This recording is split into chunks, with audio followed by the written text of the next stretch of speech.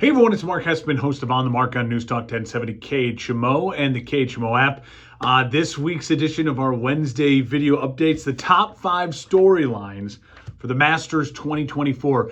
These are, to me, the 5 stories that would be the biggest and best for golf. So no, you're not going to hear first-time winner for the most time, like no-name underdog story. These are big stories. It'd be big for golf. All 5 of these things, I think, if any of them happened, golf would be absolutely pumped and ecstatic about it. So let's jump right into it. The 5 biggest storylines, in my opinion, that would be great for golf for the Masters 2024. At number 5, this is kind of a lumped category together. Any of the really good guys in golf that we like winning. So that would be Justin Thomas, Colin Morikawa, Ricky Fowler, Jordan Spieth, Dustin Johnson, Jason Day. Those kind of 6 names that are like really good guys. Some of them have a master. Some of them don't. Some of them already have some majors, and a guy like a Ricky Fowler doesn't.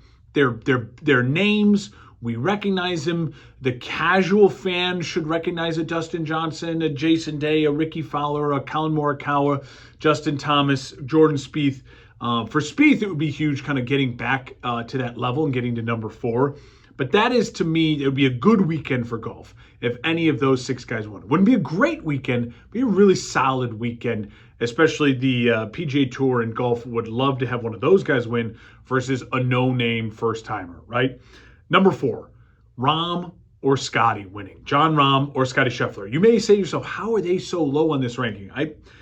I'll explain my top 3 when we get to it. But Jon Rahm and Scotty Scheffler are the 2 best players on the planet right now. They're the 2 previous Masters winners. So Scotty getting kind of redemption, getting back on top, getting his second major, second green jacket.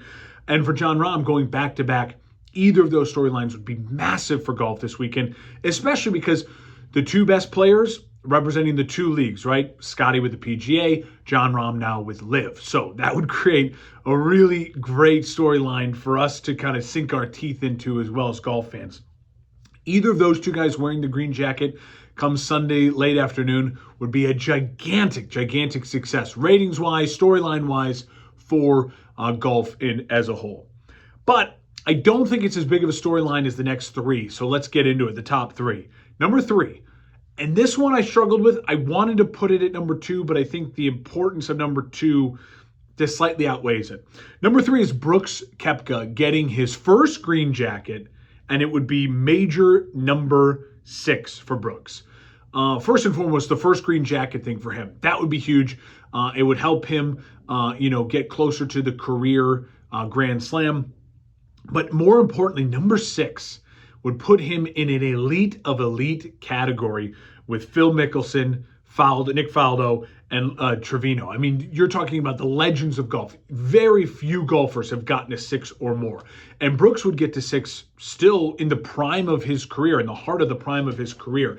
It'd also continue this narrative that, hey, LIV golfers have maybe struggled in the majors, except for Brooks Koepka. Putting him once again is, maybe he's not as consistently good week in or week out as a Scotty Scheffler or a Jon Rahm, but when it comes to the biggest tournaments and the biggest stages with the biggest, brightest lights, there's no one as good as Brooks Koepka, since Tiger Woods. Like, I mean, he is now the man. He is the alpha of the alphas. He's Godzilla. He's King Kong walking on the golf course. So Brooks getting number 6 overall in his first green jacket, I think would be the 3rd biggest storyline. It would be a great storyline for golf.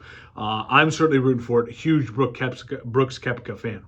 Number 2, though, and this one would be, on any given year, arguably the number 1 story, but number 1 is number 1. We'll get to it when we get to it.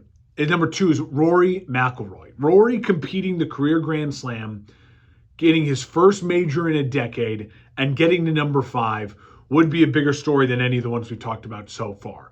The Rory and Brooks thing is really close. I think what's different for Rory is his career of choking in Augusta is now a mile long. It's a decade long. Brooks has had a choke or 2 at Augusta, but it's not like become his Achilles heel like it has for Rory. And for Rory, he is still one of the biggest names globally in golf. Most casual fans know Rory more than they do Brooks.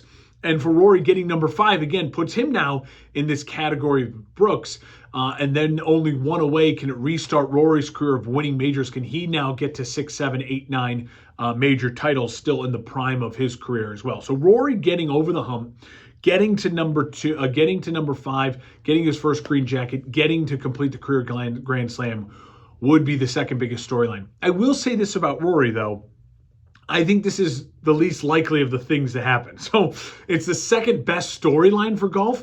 But if you were betting on one of these 5 things to happen, I would bet that one least. I truly don't believe in Rory and his ability to kind of get over this hump, this nemesis that he has with winning a 5th.